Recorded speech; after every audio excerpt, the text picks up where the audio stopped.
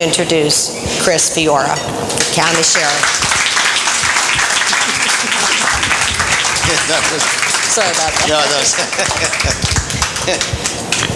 No, wow. Thanks, Michelle. Thanks for having me. I know I've talked to many of you before, and I'm just going to try and keep it simple tonight. You all know my stance. You know what I stand for, and you also know that the most important partnership for law enforcement is the community, and I want to get the community ramped up again. We've got issues, you know that, and I've talked about it before. I'd like to first ask, how many of you had the opportunity to see the Sheriff's Forum or online? Okay, a couple of you. Okay, that's good. All right, well, I'd like to make some distinctions, at least between me and a couple of the other candidates. And Michelle already mentioned one, which is Jim DeWeese from the Maryland State Police.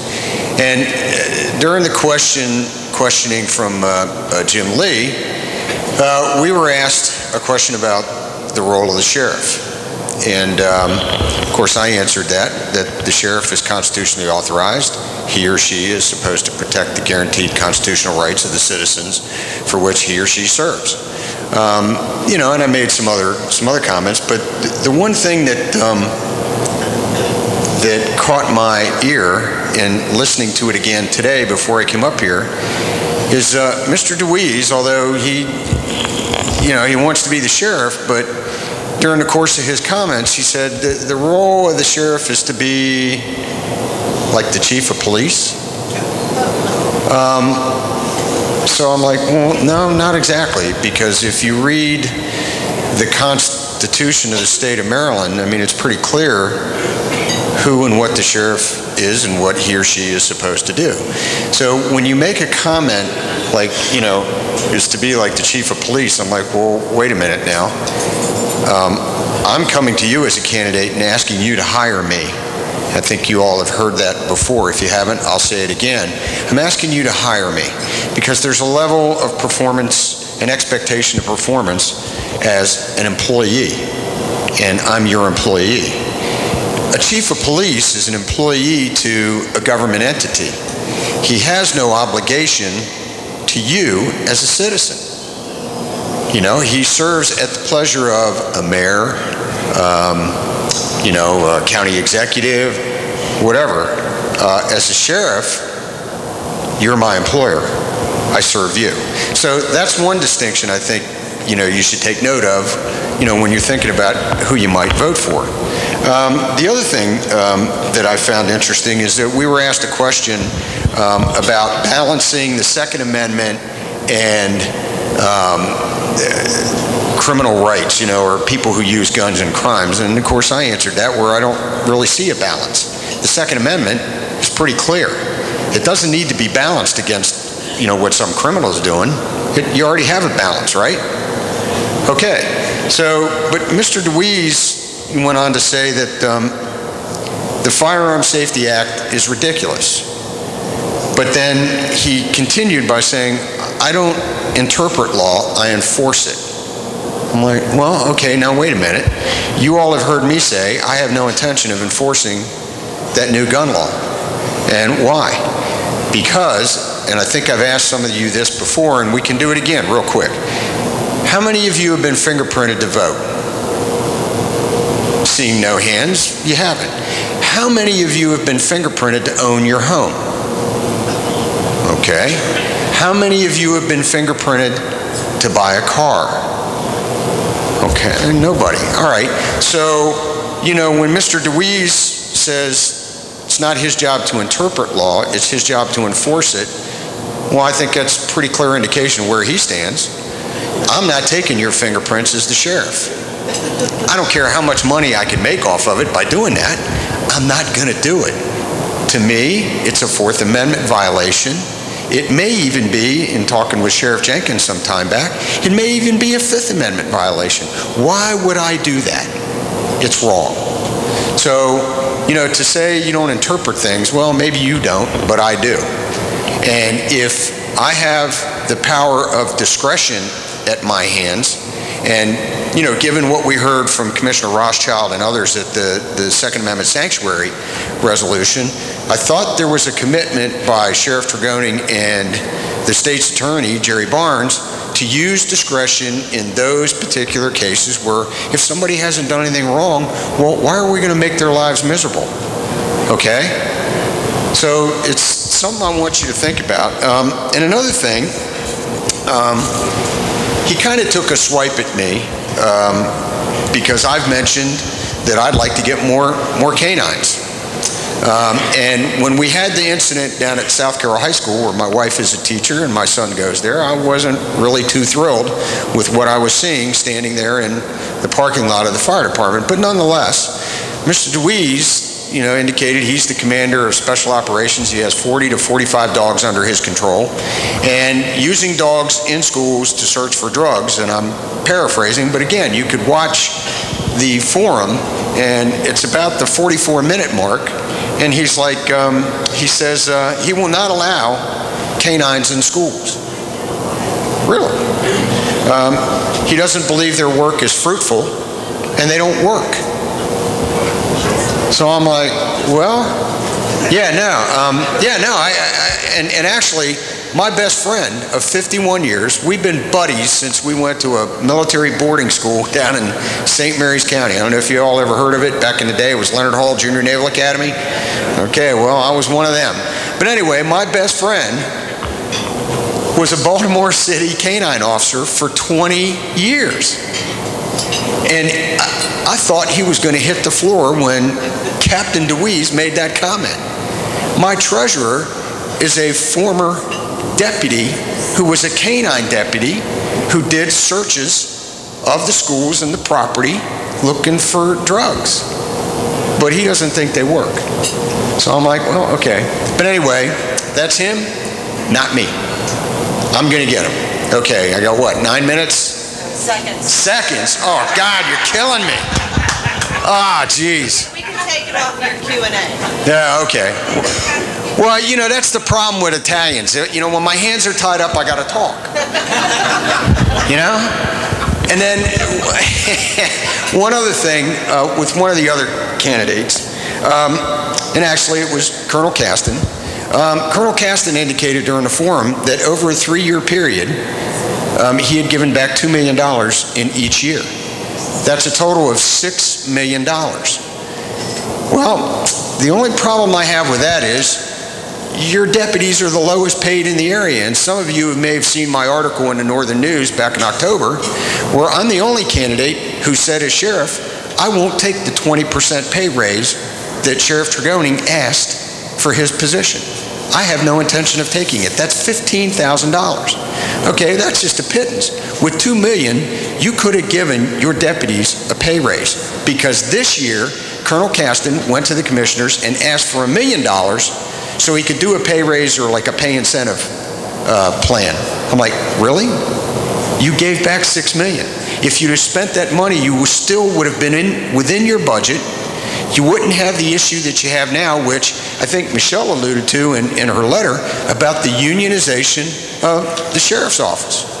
Okay, now, just to be clear, because I don't want anybody to think that I'm going to hide anything. When I was before the FOP, they had asked me about collective bargaining. Under Maryland law, collective bargaining is a right. I told them I support your right to do that. Do I think they're going to get it? No. But I still support their right to do that. Okay? It's not something that I believe needs to be done, because I believe I'm the kind of manager and executive that can say, look, I'm going to take care of you, and here's why. Because you're going to do the job you were hired to do by the citizens of Carroll County. And if you take care of the people that hired you, I'll take care of you. And we can work, you know, an amicable solution to these pay issues. It's not rocket science. Okay, so, and I'm not a big union guy either. Now, I will say in closing, because I'm sure I'm minus 20 seconds. Oh, okay, well, okay. But I've been endorsed by Sheriff Richard Mack from Arizona, if any of you know of him. Sheriff Mack sued the Clinton administration over the Brady bill, and he beat him.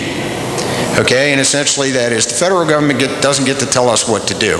So, like with Bud, Bill, any other candidate, when the federal government comes in and says, you're going to do this, this, and this, we can say, not so much. We're not doing that. So that's where I stand. I'm not going to enforce a bill that I know is unconstitutional. So if you all want an individual who will be out and about each and every day, working the street, yeah, I have to do administrative duties, I get that. But I will be out there talking to each and every one of you. And I've made that commitment. I did it at the forum. I want to be able to shake everybody's hand in this county and find out what they know. And then we can build a better and safer county. So with that, I'll close. I thank you so much. It's good to see all of you, and thank you. Yeah. Yeah. Any questions? Jim? Yes, I watched the budget presentation from the Sheriff's Office to the Commissioner, and the Sheriff's Office made a big point that Washington County Sheriffs and Frederick County Sheriffs made more money than they do here in Carroll County. And I was just wondering if you know of anybody that's left Carroll County and gone to work in those counties. I don't know of anybody personally that's gone, but in my discussions with some of the deputies and some of the folks that I know, there are people that, they stay for about 5 years and then they go. Where do they go? They go to Howard, Montgomery, PG, Baltimore County. They will go wherever the salary is higher.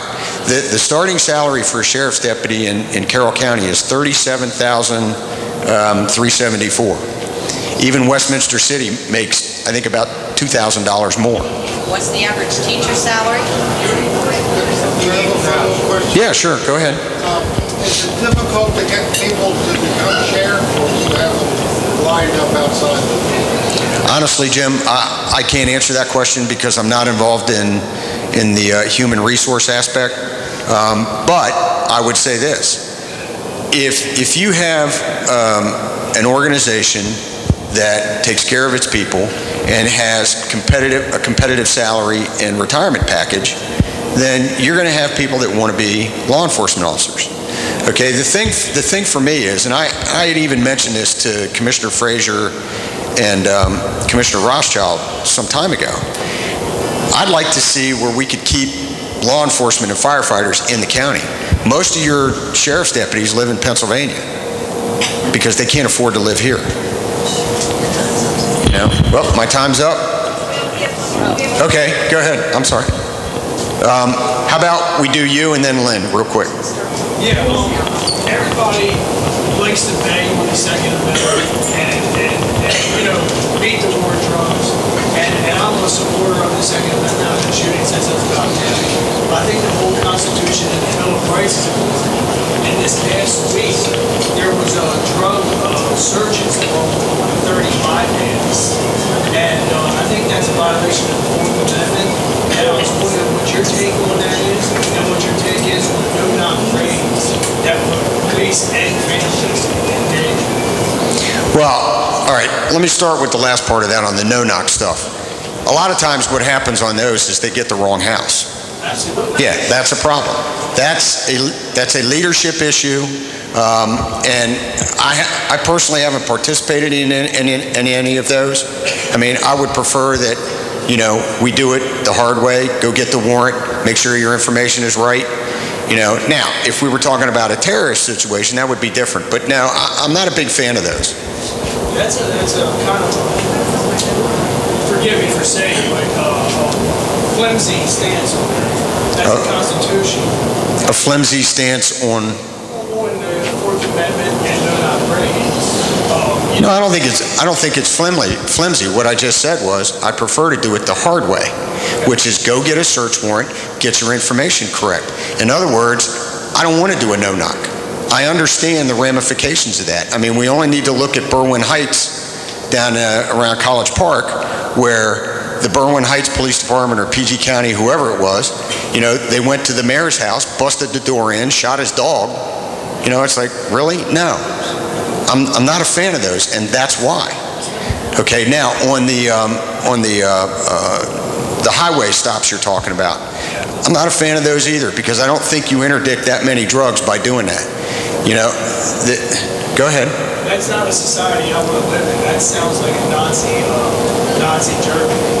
You know, where you're just pulling over people, asking for the papers, walking a dog around. Yeah, no, and I don't disagree with that. Okay, Lynn.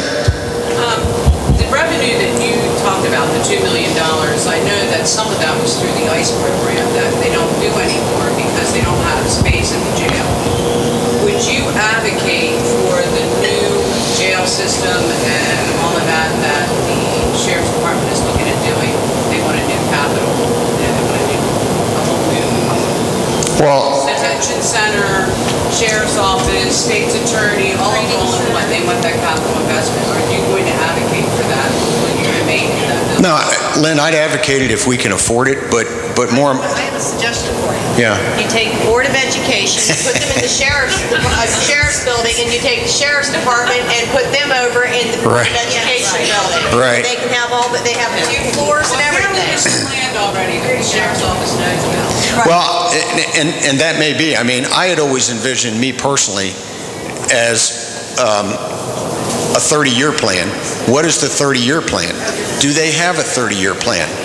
You know, I know this has come up recently with, you know, the detention center and so on and so forth. We really need Can we afford it? All right, now I still have one more candidate. Well, anyway, thanks. Sorry I took so much time.